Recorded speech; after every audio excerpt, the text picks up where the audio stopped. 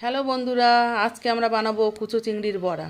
প্রথমে ধুয়ে রাখা চিংড়ি নিলাম, পেঁয়াজ কুচি, লঙ্কা কুচি, আদা রসুন কুচি, লঙ্কার গুঁড়ো, বেসন, একটু খাবার সোডা।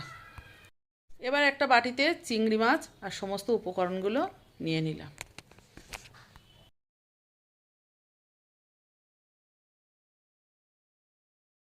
এবার স্বাদ মতো নুন দিয়ে দিলাম।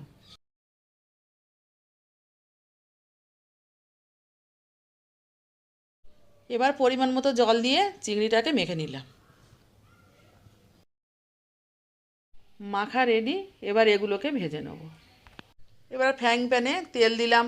তেলটা গরম হওয়ার পরে আস্তে আস্তে এক এক করে বড়াগুলো দিয়ে 1 মিনিট মতো রেখে বড়াগুলোকে উল্টে দিতে হবে।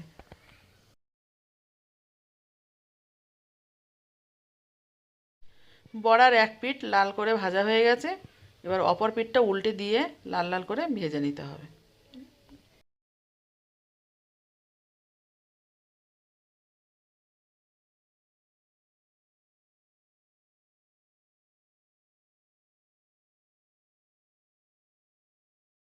মুচমুচে চিংড়ি মাছের বড়া আমাদের রেডি। এটা দুপুরে গরম ভাতের সঙ্গে কাঁচা লঙ্কা দিয়ে পরিবেশন করতে